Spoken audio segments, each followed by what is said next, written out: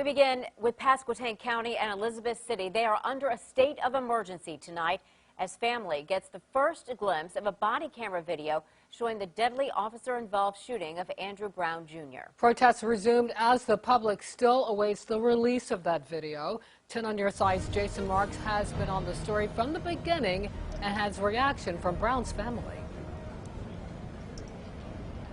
And Regina, Brown's family was told to be here originally at 11:30 this morning. They were supposed to come here to the sheriff's office and watch that video. But when they got here, they were told they'd have to wait longer. It wasn't around till 1:30 when they were able to go in and see that video. Now, when I tell you what was on that video, I'm showing you at the same time video that we got here, exclusive video of Brown's car on Wednesday being towed back to the sheriff's office. And you can see all the damage that was done to his car, the bullet holes in there. We're told that the family was shown 20 seconds of video from one deputy's body camera. We know there were several deputies out there. As soon as the video started, deputies were already shooting, according to the family who watched the video. Family says Andrew Brown had his hands on the steering wheel at the time. His attorney says he started to drive away to avoid getting shot.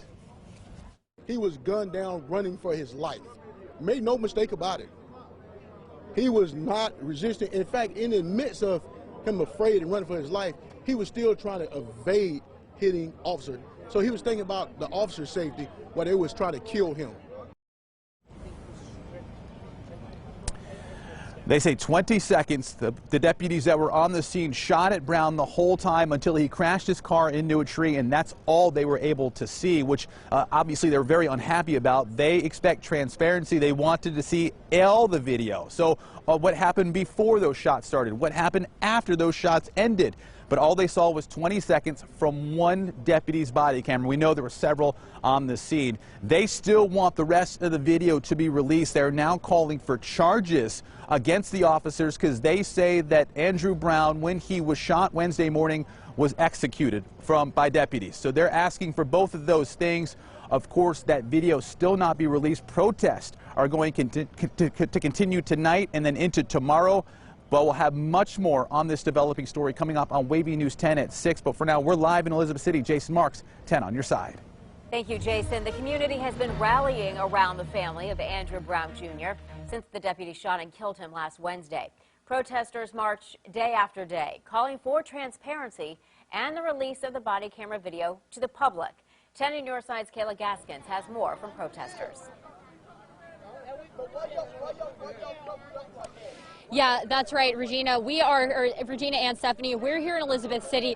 This street, earlier today, protesters had come out here. They got here around 6, 7 o'clock this morning to start voicing they want justice, they want answers. And then we waited for almost 2 hours as the family went in to view the body camera footage. And when they came out, when they found out that they'd only were able to see 20 seconds of the video, tensions ran high. The streets are empty right now. Everyone took a break. Again, they were out here for most of the day. They are expected to come back out here this evening. The plan was to meet back here at 5, and we've started to see the crowd trickle back in. Some people maybe went home, grabbed a bite to eat or something, and now they're back. We're going to stay out here, continue to follow this. We also talked to some of the protesters earlier today, a young woman, and she said what is important right now, what they want so badly is communication. Take a listen. And in one another and to the police, I'm not one that's, fully against you all, but I want you to understand we need them listening ears and the police who actually want to be on our side and understand where the community is coming from, the African Americans are coming from, because it's been a lot of hurts, it's been a lot of pains. We're also told that the Sheriff Wooten, was not in the room when the family was viewing the video, that 20 seconds of video. So a lot of the chanting has been, where is Wooten? And also, say no more, just show the video. Again, we are going to stay out here in Elizabeth City as this continues tonight. That's the latest. I'm Kayla Gaskins, 10 on your side. Remember, we have full coverage of this story from the moment it began on wavy.com. You can find the latest developments right there on the homepage.